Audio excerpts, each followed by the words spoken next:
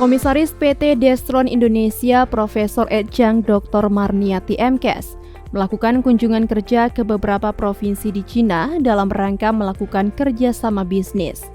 Salah satunya, kunjungan kerja tersebut ke sebuah perusahaan pembuatan kapal PT Hangyu di Qiandao, Cina pada Selasa 9 Juli tahun 2024.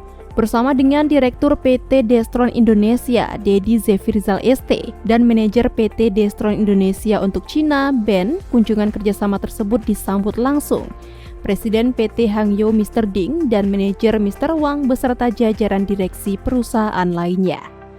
Marniati mengatakan jika perusahaannya berencana untuk membuat sebuah kapal penyeberangan untuk wilayah Bali, Indonesia.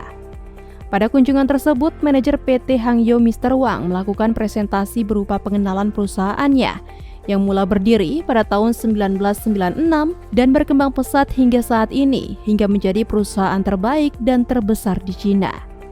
Mr. Wang menyebutkan luas area pembuatan kapal di PT Hangyu mencapai 100.000 meter persegi. Kunjungan kerja PT Destron Indonesia tersebut mencakup tur fasilitas produksi, presentasi mengenai teknologi terkini yang digunakan dalam pembuatan kapal, serta diskusi mendalam tentang potensi kolaborasi di masa depan. Marniati mengatakan, pihaknya diajak berkeliling untuk melihat galeri kapal yang telah selesai diproduksi. Ada banyak sekali jenis kapal yang diproduksi di sini, antara lain kapal untuk menangkap ikan, kapal kargo, dan kapal penyeberangan.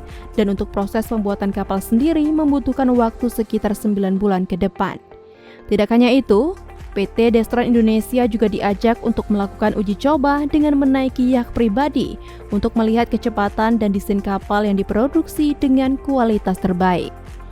Turut terlibat 15 desainer kapal terbaik dalam kunjungan bisnis tersebut guna melakukan koordinasi desain kapal yang akan diimpor oleh PT Destron Indonesia ke Indonesia.